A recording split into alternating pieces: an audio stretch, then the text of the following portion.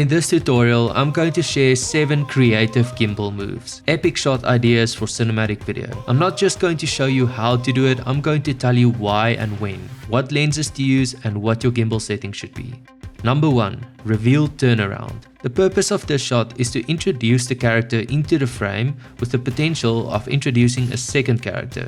A reveal generally works better when you bring the subject into the frame with movement. In this case, turning around looking to see who or what's behind him. If you're shooting from the right shoulder, the turn action should be from the character's left shoulder, creating opposite movement. To make this shot more dynamic, start by aiming the camera up and pull it down to elevate your character with the gyro effect. Then, as you swing around, keep them in the left third of the frame to focus the attention on what's coming into the frame and slowly level the camera out. Put your gimbal in pan, tilt, follow mode with the movement speed on custom, which I've shared in the description below. Personally, I prefer this shot on a 35mm lens, but you can also get some more parallax with a 70mm lens as seen in this example. Number 2. The character switch. One of my favorite shots often used in cinema is when the camera follows one character and switches to another character going in a different direction. This dynamic move can be used to introduce different characters or different roles, like in a busy restaurant or an office setup. Use pan follow mode with the gimbal speed set to medium since the transition happens quite quick. In this case, when following a subject from behind, using a wider lens will give you more movement with the foreground passing by, especially when the switch happens. In this case, 24mm. Number 3. The tracker reveal.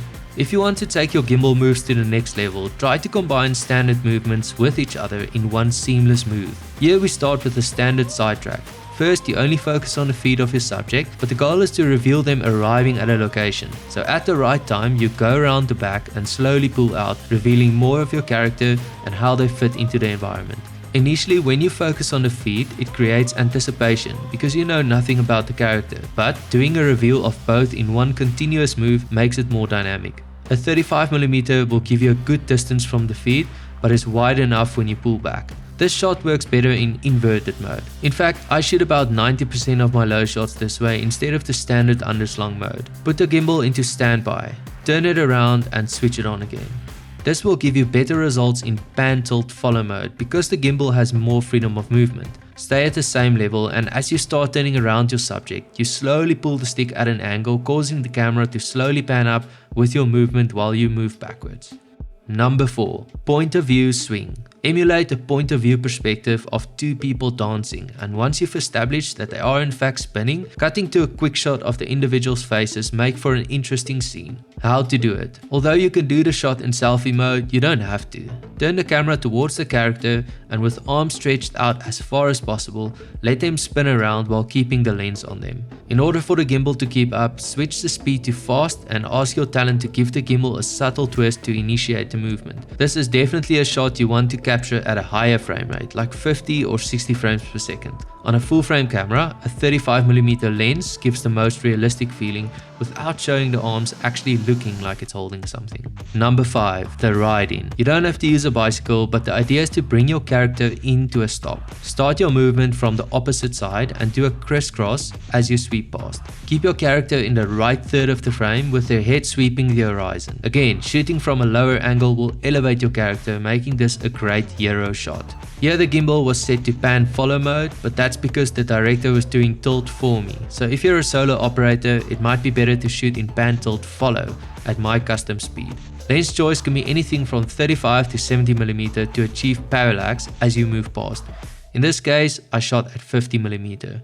Number 6. Tilt up forward push. Push forward towards your subject with the camera tilting up. Make it more epic by adding a head movement, like looking up into the lens as the camera tilts up. To make this shot special, use a longer lens, so basically anything above 70mm. You want to shoot this in 100 frames per second or more, but with that slow motion comes the slower movement. So use a good middle ground and a higher background to enhance the feeling of movement. Now before we get to the last shot, I want to tell you about a free webinar I did for Sony and their Alpha Universe platform. In this video, I break down the 12 steps to cinematic filmmaking and share my approach to producing more dynamic content. The tutorial is exclusive to the platform, so if you want to watch it, make sure you register for free, linked in the description below. Number 7. The telephoto tracker. It's one thing to track your subject with a gimbal, but putting on a zoom lens and shooting at the long end immediately makes a shot feel special. Here you definitely want to be shooting from a moving object to keep up with optimal stability. In this case, we used a scooter. Adding a deep foreground will make the shot feel more dynamic, but depending on your camera, you might have to pre-focus in manual and keep the same distance from your subject. Switch your gimbal to pan follow mode with my custom settings. Although I used the DJI RS3 for all these shots, the settings will also work on previous DJI gimbals and the modes are standard on all gimbals. If you have any more questions, let me know in the comments below and I'll do my best to answer. Thanks so much for watching and I'll see you in the next one.